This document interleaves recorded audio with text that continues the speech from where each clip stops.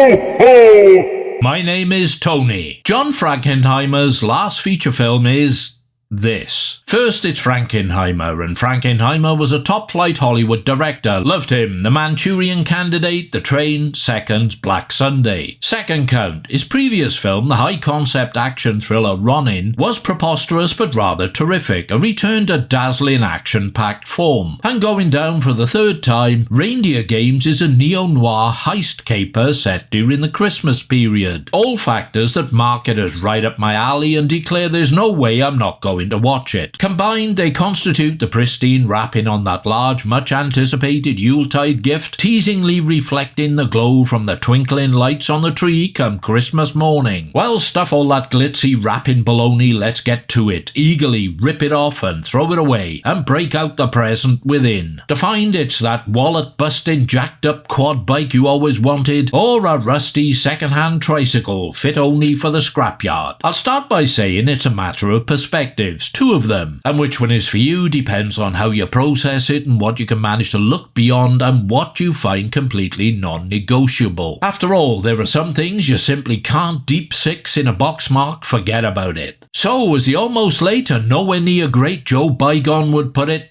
No, not him. The other geriatric yodeling fence post in search of a point. What's his name? Max Bygraves, that's it. I want to tell you a story. In the bleak midwinter at Iron Mountain Prison Complex, Michigan, Rudy Duncan, Ben Affleck, is days away from being released after a 5 stretch for Grand Theft Auto. His best friend and cellmate, Nick Cassidy, James Frain, convicted of manslaughter, is getting released at the same time. Here's the thinking, and an immediate early indicator of where the film is pitched at. Title, Reindeer Games, yeah? Set in the run-up to Christmas. Rudy, short for Rudolph. Nick, think Saint Nick. And there'll be a character called Gabriel along in a bit, played by Gary Sinise, but he's certainly no angel. Sets the intellectual tone, sort of, but let's reserve judgment for the moment and spin through the narrative. When Rudy gets out, all he wants is a mug of hot chocolate and to head home for the holidays. To somewhere called Sydnor, where his father lives. Nick has other plans, though. One of those crazy, mad, or alternatively completely rational, stable women who hook up with cons by sending them letters and photographs as engaged in a long-distance relationship with Nick. From the photos plastered on the wall of the cell, we see that Ashley Mercer, Charlize Theron, is impossibly cute and winsome, and not at all the stereotypical sad, desperate, twisted, masochistic nutjob weirdo you might imagine. Disclaimer.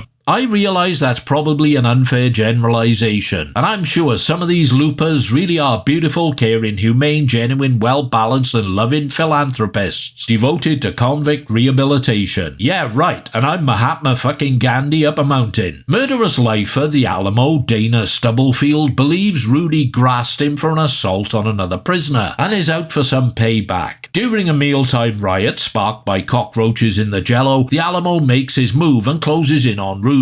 Nick gets in the way and gets shivved. Later in the day, it's reported he died. On release, Rudy, who has grown besotted with Ashley through her photos and letters to Nick, to which he was privy, pretends to be Nick and begins a sexual relationship with her, holing up in a local motel. All is fine until Ashley's criminal brother Gabriel washes up. He's a crazy trucker, yeah, I did say trucker, with his trucker crew in tow. They are Merlin, Clarence Williams III, Jumpy, Danny Trejo, and Pug, Donald Logue. 3 incredibly unwise men. Gabriel's plan is to rob an Indian casino, the Tomahawk, on Christmas Eve. Nick used to work there. He wants to use Nick for intel regarding security, floor plan layout and routines. Only problem is, Rudy isn't Nick. So begins a deadly game of cat and mouse, violence, murder and bloodshed as Rudy frantically scrabbles to stay alive and escape from Gabriel's clutches. There are twists and turns aplenty along the way. I said there are 2 perspectives here. Perspective 1 goes like this. The script by Aaron Kruger is a messy affair, rammed full of exposition and the spelling out of things in largely unsubtle and unsophisticated ways. The best noir movies utilize dawning realization and a slow developing understanding of situations peppered with shocking reveals. Not so here. Have this sledgehammer to the chops whilst I recite an essay on who and what I am and the way things are. There's a film called The Tall Guy in which Emma Thompson and Jeff Goldblum them have destructive sex. Their coupling is so impassioned, frantic and frenzied they trash the entire room. It's played for laughs and it's fun and sexy. Rudy and Ashley do the same thing in their motel room, leaving it looking like Keith Moon has just breezed through. Somehow it's neither fun, sexy or humorous, just leaden, dull and dumb. Then there's Rudy denying he's Nick and Gabriel threatening to kill him. He backtracks to be Nick again, as you would, and Gabriel still threatens to kill him because he doesn't trust him. In fact, you will lose count of the times people threaten to kill Rudy in this film. There's no real threat or sense of danger though, because without Rudy or Nick, there's no robbery. This is established early on. But he does get belted around a fair bit, at one point Gabriel using him as a human dartboard. This happens after Rudy has infiltrated the Indian casino on recon, disguised as a cowboy. It was either that or a ballerina, just don't ask. And attempted to escape with Ashley, which resulted in them falling through the ice into a lake, and Gabriel blasting an inquisitive farmer to death. There are some laughably absurd moments. My favourite is when Rudy has escaped from his room and has stumbled across the hotel swimming pool. Just by luck, Gabriel and Ashley are taking a dip. He overhears more exposition, revealing they are not siblings but lovers. Ashley's pen pal gig with Nick was just to get his cooperation with the robbery. Now Charlize Theron is one hell of a looker, but when Gabriel questions her ability to keep Rudy, Nick under her thumb, in response she slips off her bikini top and insists, "He wants me." Wants what? There's something irresistible to see here? This isn't Raquel Welch or Sydney Sweeney. I know,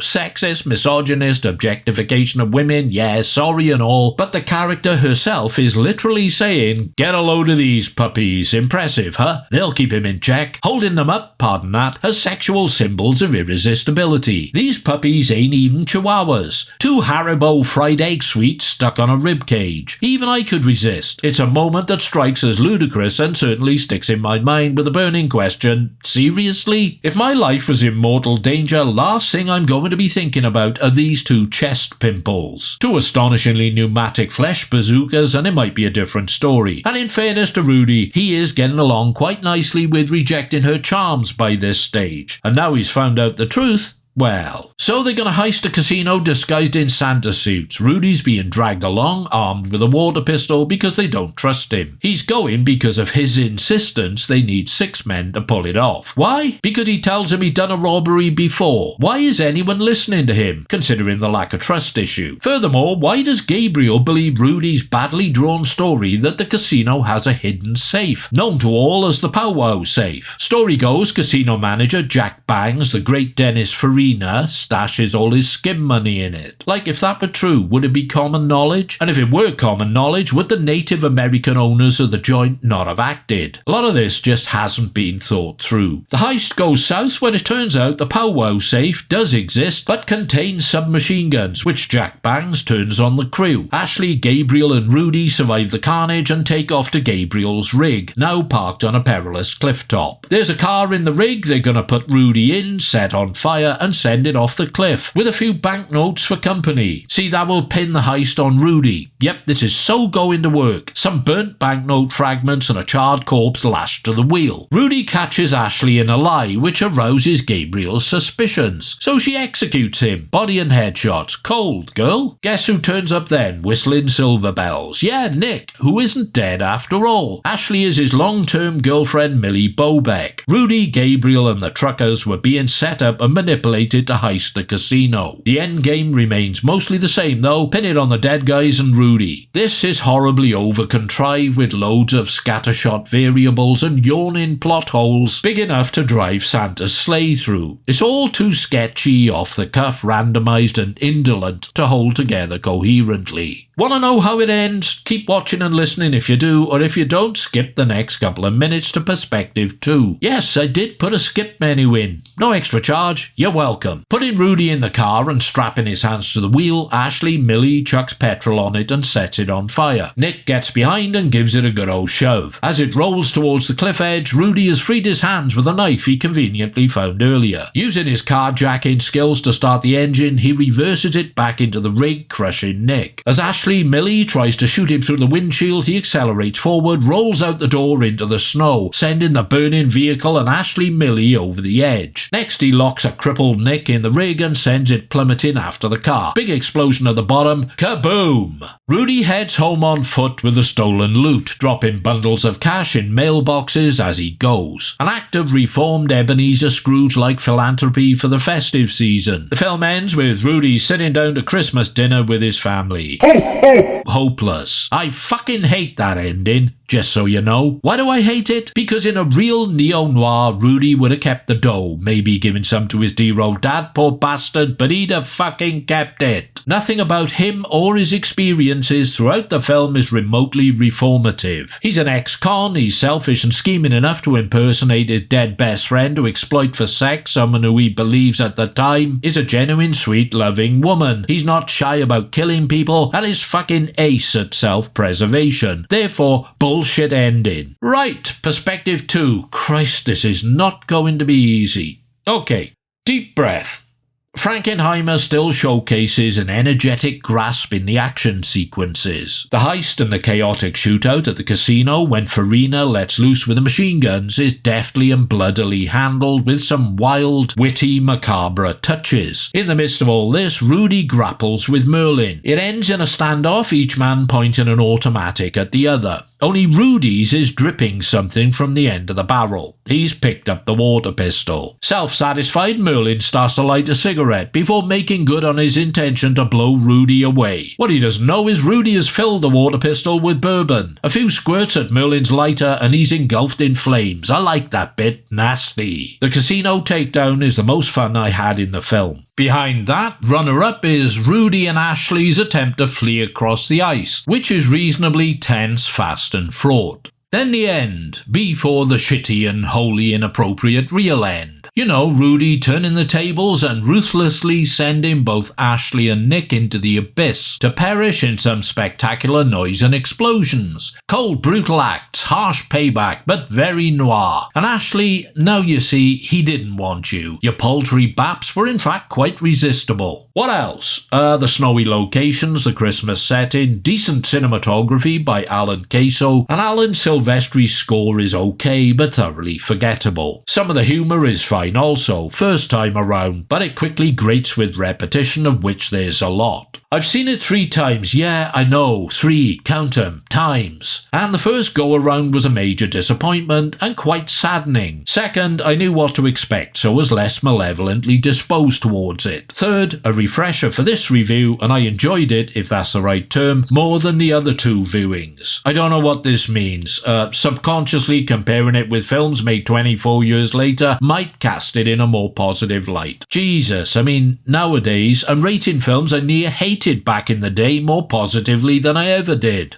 Affleck is very Affleck in it. Jaded, aging frat boy trying to convince us a hard-bitten crim. Never going to work. He and Theron have almost zero screen chemistry. Disastrous for a fall guy and femme fatale hookup in a noir flick. Dennis Farina is always a welcome sight, as is Isaac Hayes, playing a mentally disturbed and paranoid con who starts the prison riot. Nice to see Clarence Williams III reprising the same sort of deranged heavy he played in 52 Pickup. Man could really do seething menace and do it well. As for the rest, nothing to write home about. Sinise looks like Dave Grohl after a few months on Ozempic and crystal meth, and Danny Trejo is just along for the ride. If you're gonna get anything out of this, Perspective 1 will not cut it for you. Perspective 1 considers it an attempt at being a serious neo-noir movie with some black comic elements. It fails at that. To get it right, needs must it reference something like The Last Seduction or 52 Pickup. That's how you do it, and that's how Reindeer Games doesn't do it. Perspective 2, a straw clutcher I admit, imagines it as essentially a black comedy action thriller, a borderline parody of a neo-noir joint.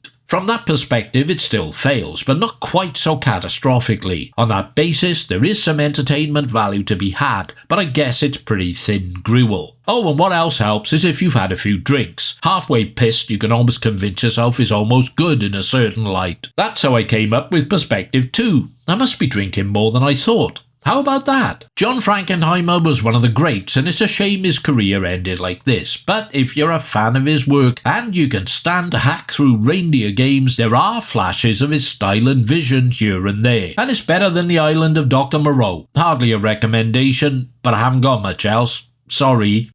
Well, Merry Christmas and Happy New Year to you all. Hard to believe, but this is the 4th Christmas review, and therefore it's over 4 years this channel has been up and running, and is still completely unsuccessful in a populist sense. I sort of like that about it. I don't think I'd feel the same if it got millions of views and subscriptions and made me loads of money. Who needs all that stuff, eh? Hey? Well, not me. And just to prove that point, there's another of my automatically age-restricted and demonetized reviews heading your way for the new year. Bang on midnight, people. Meanwhile, have the best Christmas you possibly can, pilgrims, and I'll catch you again sometime in 2025. Ho, ho, ho, ho, really?